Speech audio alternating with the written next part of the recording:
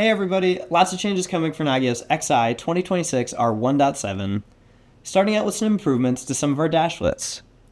We have improvements for our capacity overview dashlet and its ability to scale, as well as the ability to display host groups better on our bar chart dashlet.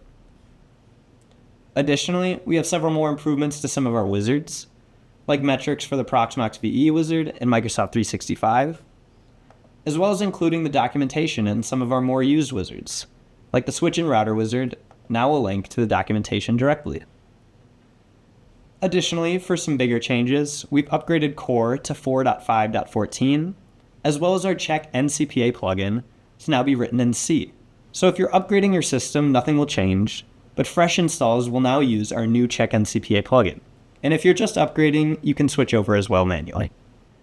Now finally, we've added SSO support for our mobile interface. So if you're using Nagios XI on your phone or mobile, you can now sign in with your SSO environment. And those are the main changes coming in Nagios XI 2026 R1.7.